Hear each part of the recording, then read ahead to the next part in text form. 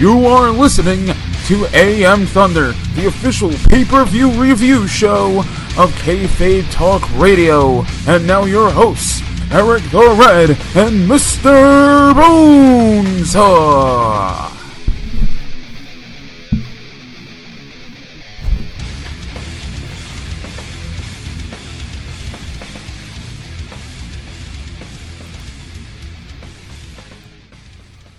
Alright, now everyone, welcome to this edition of AM Thunder. Unlike the main shows, we don't count these anymore. But nonetheless, I'm Eric the Red.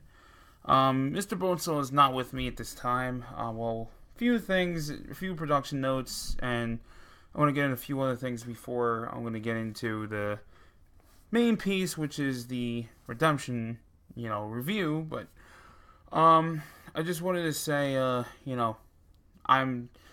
we here at KTR, we would like to extend the condolences to, honestly, a lot of the losses this week.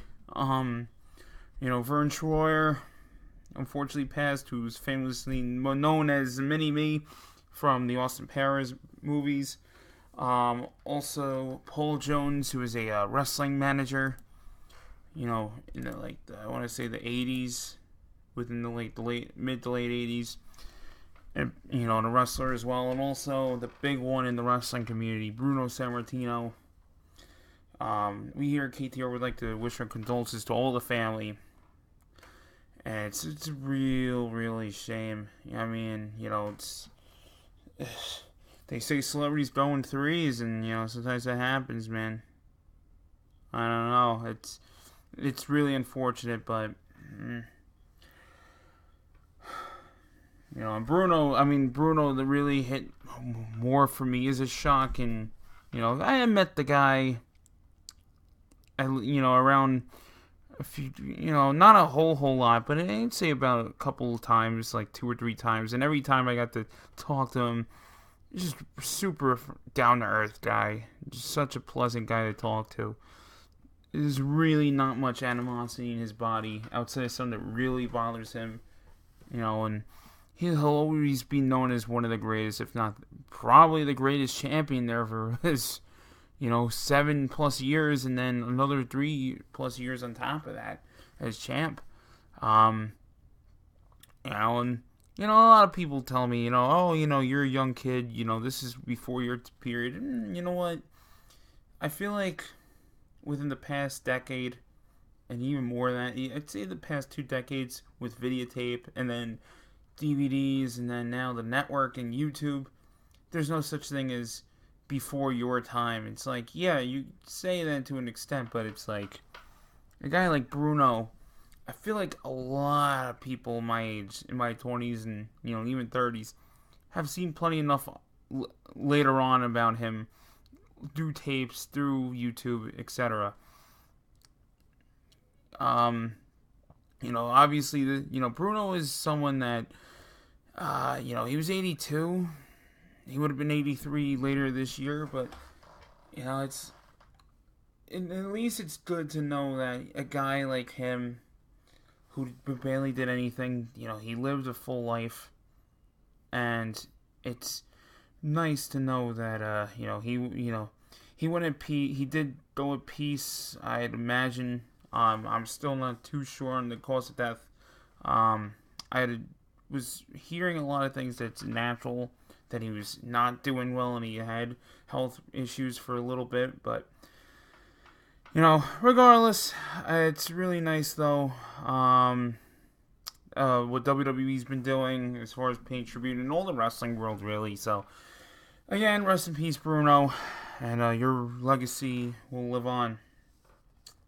Now, the reason why I'm solo is one, Beach Bowl, aka Earls, never shows up. He's our Brock Lesnar. He's our part-time guy. But yeah. No, with all love and respect and all, Earls, he's got stuff going on technical. He's been having technical issues. His headset pretty much is shot, and he's gonna get a new one. I told him he could call in and download stuff to his phone, but he's also not the most tech savvy guy. And then Bonesaw, we mentioned last week, is getting a tooth pulled out in the morning. Now, again, I would have done a show in the morning, but I thought to myself, you know what? Really, the only thing I would have wanted to even talked about with these guys is pretty much the unfortunate passings and just, pretty much run down the greatest Royal Rumble. And then I thought to myself, okay, I'm doing a solo show. What is it really to talk about? And I went, okay, I watched the Impact pay-per-view and I really enjoyed it, so let's get into this. So, without any further ado, we had 8 matches on this card, and each one I felt like was, for the most part, either just a little above pretty good or really good. Or even go as far as to say maybe even some great matches on here. And again, it's probably been, since the deletion stuff that we've covered even anything remotely surrounding the Impact company. I don't recall of us doing too many thunders about Impact, but we kick off this show with some Lucha Underground action. We had Aerostar going over Drago. A very good opener. It's my thing was when I was getting into TNA back in the day, they always had a hot X Division match to start the show off. And that's the way to do it sometimes. And with these two guys, tremendous stuff. I mean, what really more could you ask for? I will say, though, and this has been a trend throughout the show, that that middle rope and even the little top one, I think they were a little too tight, and the bottom rope was just super loose. It's just something I noticed is, me being OCD, and as well as just, I've been in enough rings and around enough wrestling rings in my life to know what doesn't look right and what does. But yeah, there was like a slip up or two with those two guys, but nothing that was really gonna slow down the match. The finish was really cool too. Trying to remember, I think it was. He did like he was on like the apron, and he did like a springboard where he was standing on on the side where the apron is, and he jumped onto the second rope, jumped over the top rope, and then did a code breaker. If that makes sense. I'd say just go try to look for it, but it was a dope finish. A lot of stuff you really would expect these guys to do with each other in the ring. Again, just fun match, really enjoyable to watch. Good opener. Next match we had LAX, who was Santana and Ortiz, who wrestle around the East Coast. I'm trying to remember what they go by because they have way too many initials in their name. Yeah, and I don't even remember their name, their individual names, but yeah, I'm having okay, Angel Ortiz, and I forget what was the other guy's name. Trying to remember. Yeah, Ortiz is the guy that has the big afro now. EYFBO they go by. Oh, Mike Drastic. That's it. Mike Drastic. That's right. Yeah. Okay. The Mike Drastic. We'll just call him Santana. He's the one that looks like Eddie Kingston. They were a really fun tag team. And they've had tremendous feud going with OVE on the show in the past. But now Eli Drake has the briefcase. I almost said EC3. Wow. Eli Drake has has two briefcases. He has for the Feast of Fired ones. He has the world title and the tag titles. And there was this whole thing of who's his partner. His partner was Scott Steiner. Yeah. The same Scott Steiner that we pick on all the time for Shoney's and all this shit. Yeah, that's Scott Steiner. Who, yeah, I'll tell you though, Scott Steiner looked like his age in this match. He's just the only impressive thing I could say. If you're really gonna go back, he did a Frankensteiner. That was really a lot of surprise, but it's the way he landed didn't look. It looked sloppy. I don't know. He's just really sloppy in this match. Eli Drake was really the standout of that team, which it goes without saying. I've said a lot of good things about him in the past, and I know some people aren't big on him, and that's fine. That's what people view, but I think he's a tremendous talent. He did for a guy who is pretty regular size for a wrestler. He's still a bigger dude. He just did a standing moonsault off the top rope. A springboard moonsault where he jumped up backwards and then just did a moonsault. Trying to remember what else I just remember fucking. I'm sorry. I just remember most of this match. Scott Steiner just looking fucking just gassed out in like a minute and a half. But yeah, the finish was LAX looked like they were going for theirs, and Santana decides to just jump on top of Scott Steiner, who's on the floor. Scott falls very gingerly, almost except for when he goes to land on his neck. Looked like he could have snapped himself. Just really careless about himself. But Eli transitioned to the gravy train, he calls it, which is pretty much like the Celtic Cross. And or white noise. I'm sorry, the white noise. Sheamus's move. I think Celtic Cross is the Razor's Edge, but yeah, he did. Yeah, he did it for the white noise. New tag champions Eli Drake and Scott Steiner. Then we go on to a six pack challenge. We had oh wow! I'm going through the highlights here just to keep myself up to date a little bit. Well, because the show was yesterday, I'm not going to remember every little thing. So spoiler. Yeah, I just noticed a really bad botch. With Trevor Lee, Desmond Xavier. Let's see. El Hijo del Fantasma, which was King Cuerno and Lucha Underground.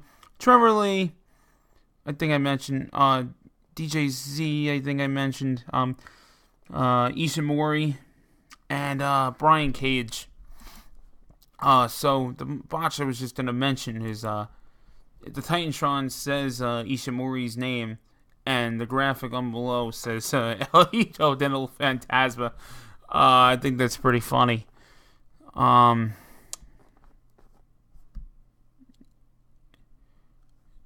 Yeah, but it's a 6-pack challenge.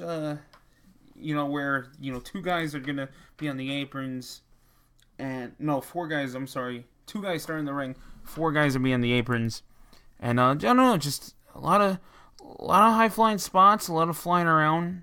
Again, it looks like one of these old school X Division matches. Everyone just came in doing what they had to do, and the other guys were just leaving. Brian Cage was obviously the highlight of the match. You just fucking Brock Lesnar-ing, I don't want to use that as a reference, but he was just destroying everybody. One thing I felt bad for is he slammed down Ishimori, and he goes to get on the second rope in the corner that's facing the hard camera. Well, the hard camera's facing that left corner. He's trying to get on that rope, and he just falls right down. He's trying to balance himself. Second time he hits the moonsault, but again, like I mentioned earlier, there was a lot of problems with these ropes in the pay-per-view. Some guys were okay, but some not so much.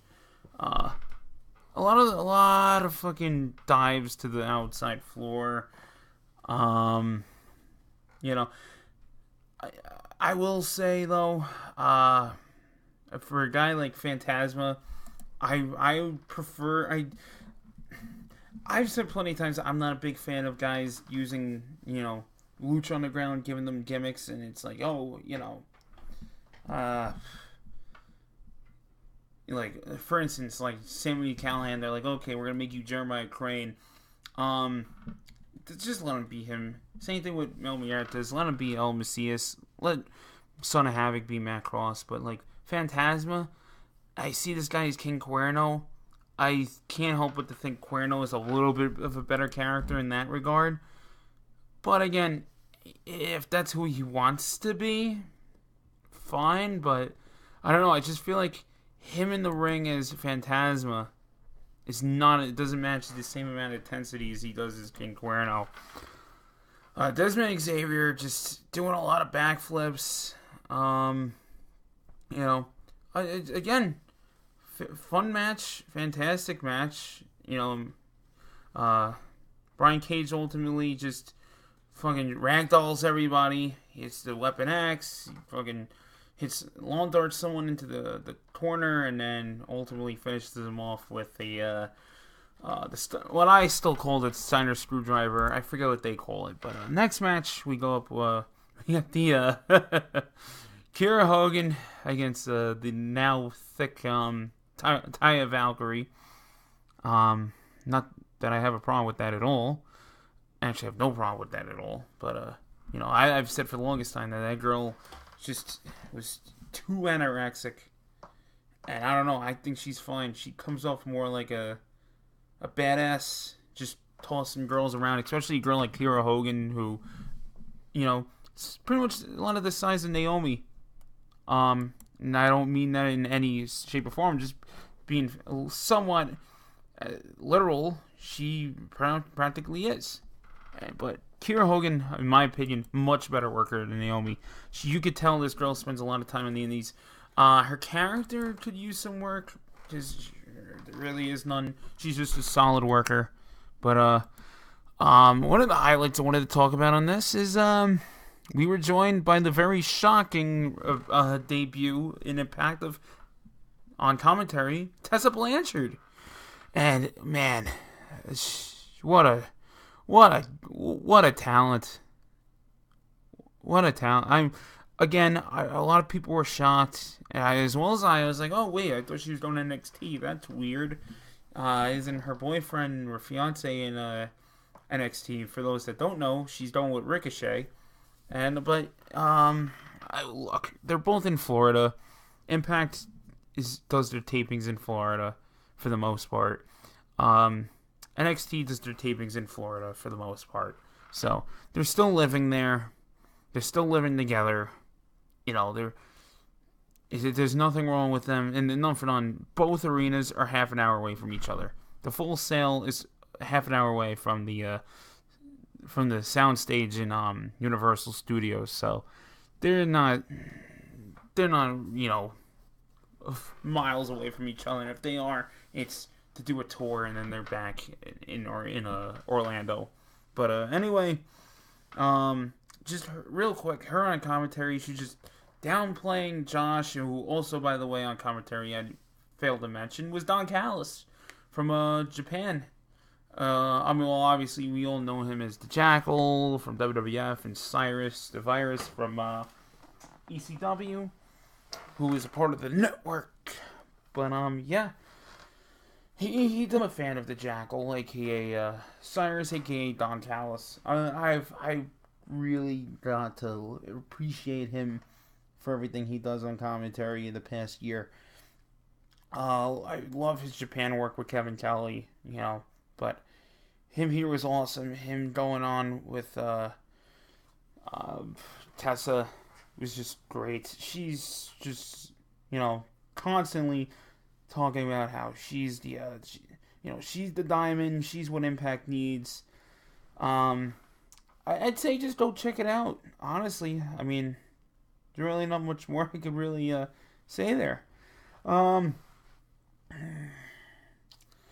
But yeah, Don and her had a funny tete-a-tete. Josh, she just kept, like I said, going on Josh, and um, he was saying later on in the show, Don Callis, Tess is such a nice girl, and then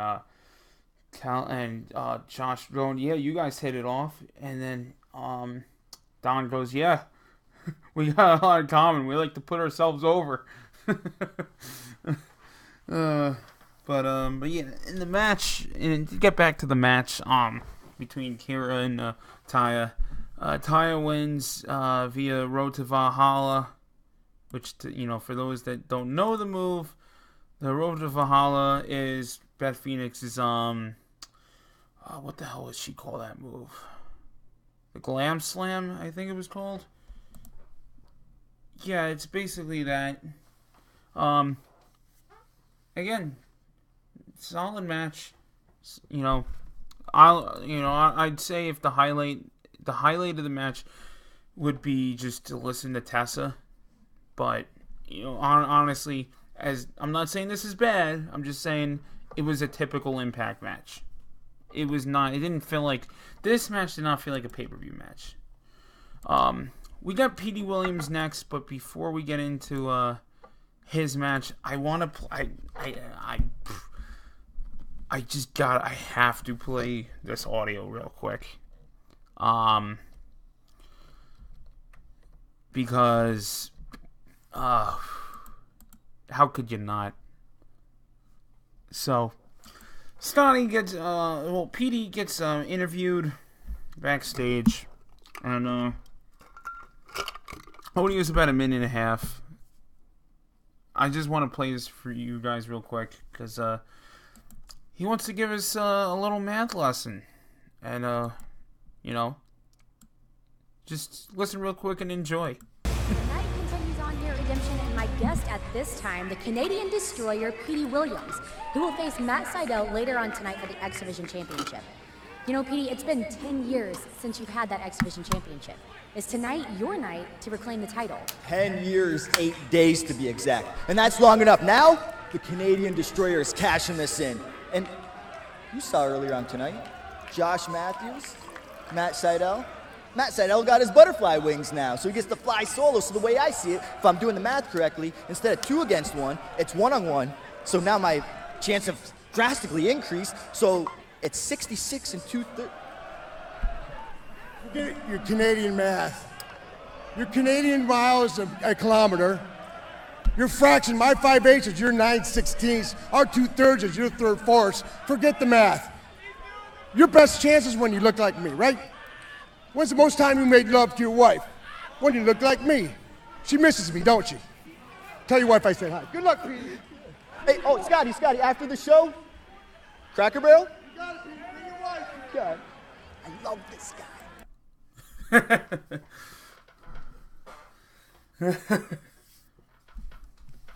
And if you didn't hear Scott after the Cracker Barrel comment, he goes, "You got it, Petey. You, me, and your wife."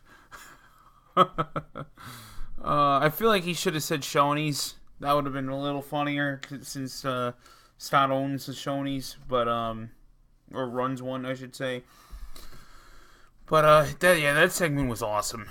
I will say, because it wasn't meant to be serious. It was meant to be, just comedy fodder. And with Scott being, pretty much a meme in his own right with that whole math promo he cut 10 years ago, this just, it adds more to it. I enjoyed this. And, and I liked Petey Williams with Scott. I feel like that would be cool to do a little of that every now and then, but for what we got, that was a cool little reunion. But yeah, back to the match. Honestly, I thought Petey Williams was gonna win. He was going against Matt Sydal, who was the X Division champion. Also, too, I didn't mention they all got new belts. Everybody, except for the grand title, but the women's title, well, the Knockouts title, I should say, Knockouts, the X Division, the tag titles, and the world title all changed designs, and they look great. Honestly, they look great. I can't really knock them, honestly. Yeah, they're really playing up the blue, a lot of it. it's blue and silver. Everything's blue and silver. But hey, you know what? I can't complain too much. They look good. I like it better than a giant W. I'll say that much. But these two, they have really good chemistry. Just you can tell it's just two veteran cruiserweights going at it. Two veteran X Division stars going at it. There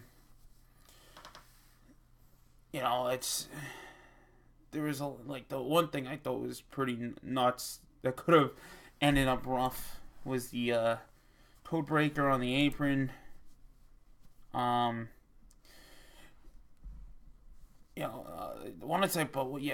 I saw that Canadian Destroyer, I thought that was it. How the hell Maciel got out of that is beyond me. But he flipped him into some move for a pin. It didn't look more like a move. It looked more like a just rolled him up into a pin. I don't know how you would explain it, but again, solid match. Not too bad.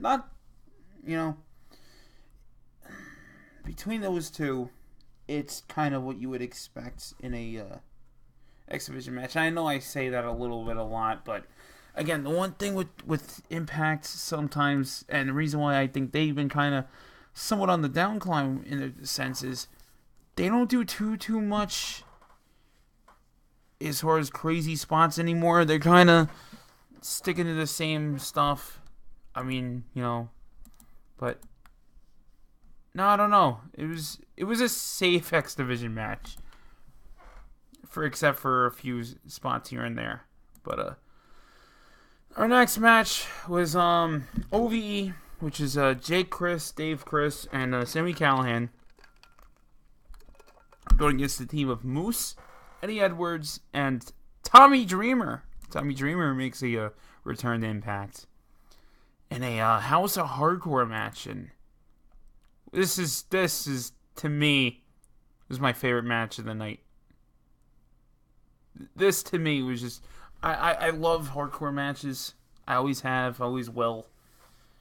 I don't get me wrong. I hate CZW style matches sometimes can be a little overkill. But this just had so much good shit. The Chris brothers, these guys are fucking bump machines. Eddie Edwards too. I remember Callahan, did a what the hell? A T-bone suplex into the chair, and it just fucking flattened. Tommy does one of his spots to the Chris brother in red. I think that was Jake Chris, I want to say, where he takes him. He does a lot of his shtick where he took him up with the kendo stick between the legs, and then did a suplex almost where Chris just lands himself on his stomach. He teased a basement drop kick with the garbage can in the corner to said Chris brother who was in the Trio Woe. It was interrupted by Callahan. Then Eddie comes in, just hits the brother in the head with the chair. Well, hits a garbage can.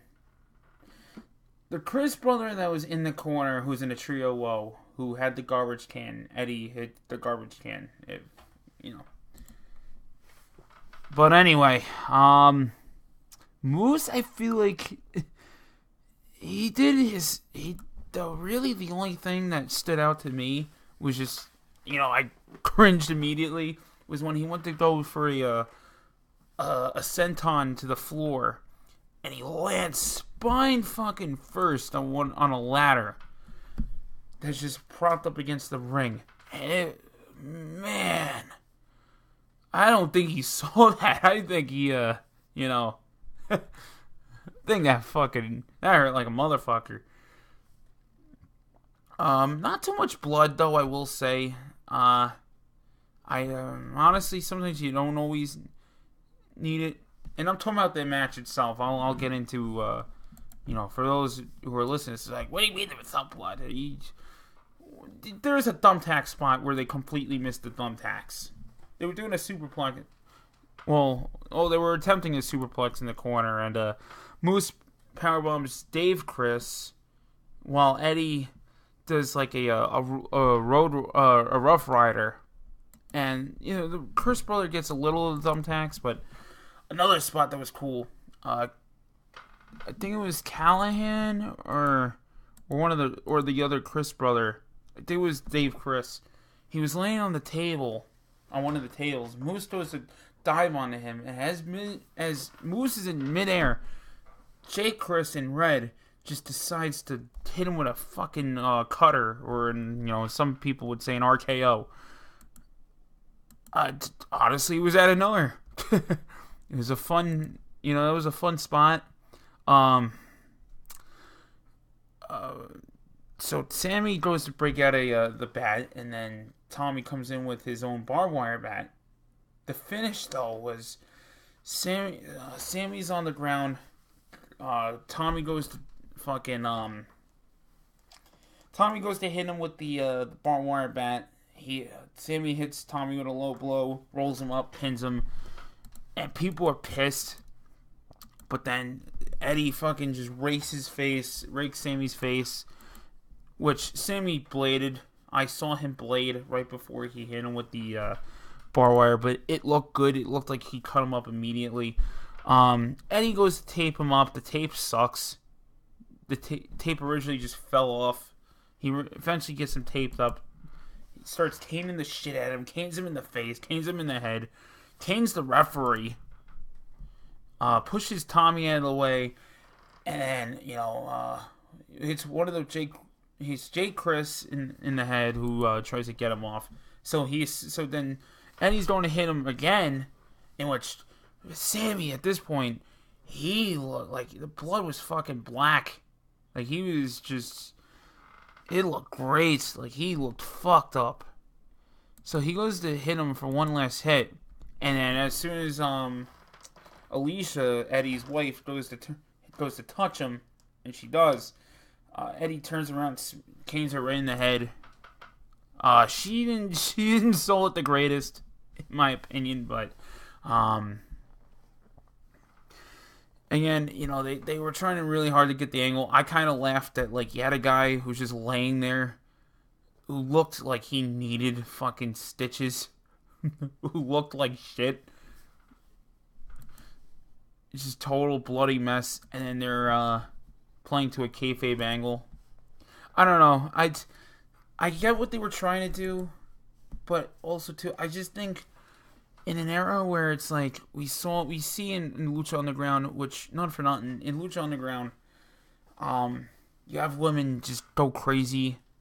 You have had Candice LeRae take a fucking super kick from the Young Bucks in PWG from a boot that had thumbtacks glued to it, and they kick her in the face, and she's still continuing and wins the match with a crimson mask, and it's like one kendo stick shot, and then boom, Alicia's out. And not for all, Alicia's had a match. I think she's a worker.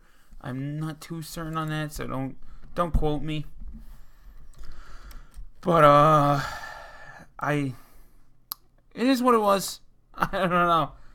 It was a little hokey, but okay, yeah, she is a worker actually. She actually trained by Bobby Roode. So yeah, I don't know. I get what they were going for, but just not the biggest fan. We then go to the knockouts women. I'm so used to saying women's because of WWE and whatnot. We go to the knockouts championship match between Allie, who's the champ, and Su Yung, who a lot of people may know is Rich Swann's wife. I don't like the fact that Braxton Sutter, aka Pepper Parks, who's in real life married to Allie, also known as Cherry Bomb, they are doing a thing where he's not with her anymore. We all know it's horseshit. And he's trying to say, his girlfriend now is Su Yung, which, again, you people read the news. They know who the fuck she is. Stop it. I know it's a work and whatever, but I don't know. I've never been a fan of storylines where they're like, hey, let's take a married person and put him with somebody else, when their other married person is either in the business or in the company. The match was okay. I don't know. These girls didn't really, to me, I didn't think they gelled the greatest. It was a lot of sloppy spots. Braxton did good. He did what he needed to do as the heel antagonist in here. Another roll up finish though, which was like, oh really? We're gonna do the old WWE here, where the roll up and distraction finishes are, the most dominant finish and the most protected finish. But yeah, Allie gets to roll up on Su Yung. Su Young's just kind of shocked, I guess, pissed off. Braxton goes to propose to her, and she just throws red mist in his face.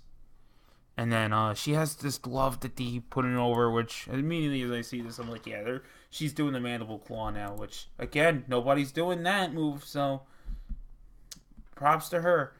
Not bad. Main event time.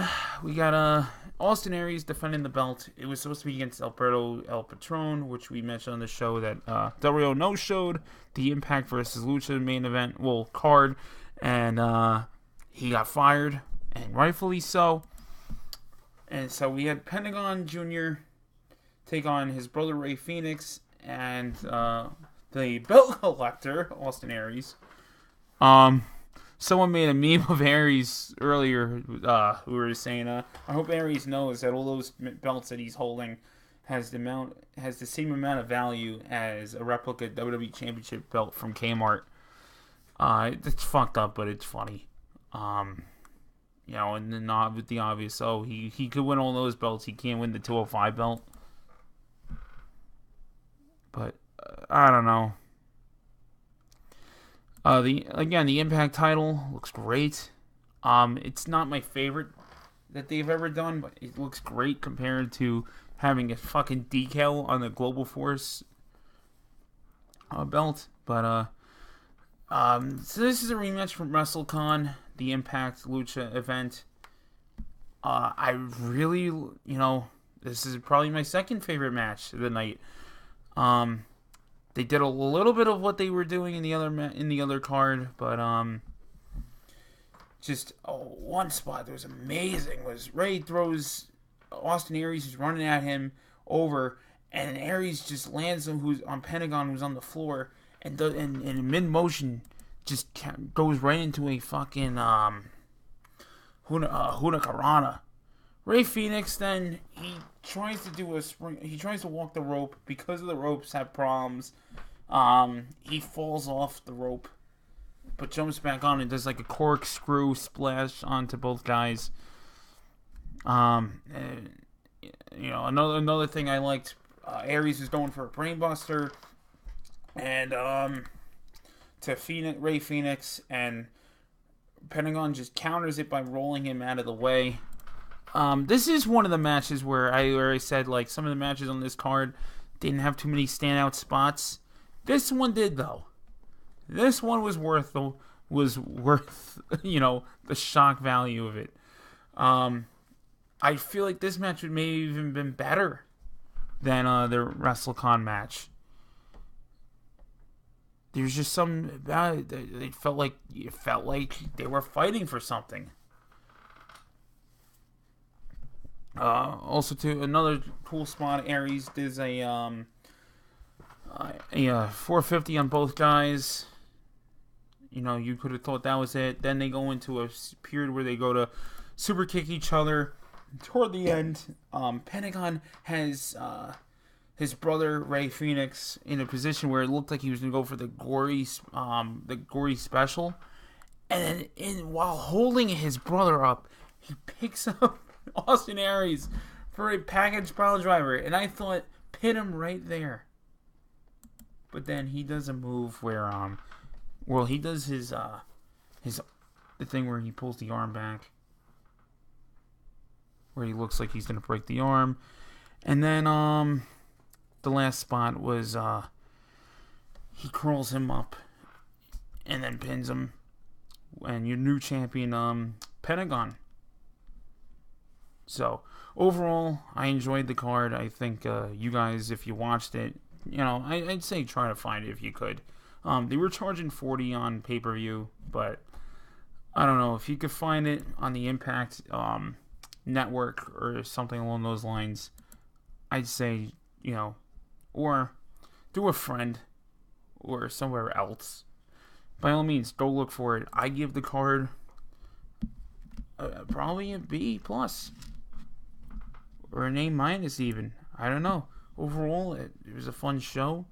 And it's something out of the ordinary from Impact. And I'd say, it's a good direction. The TV shows have been terrible, but this was a fun show. So, with that said, we're going to end this here. Again, we'll probably maybe do a show next week as far as KTR. Probably would be May 1st.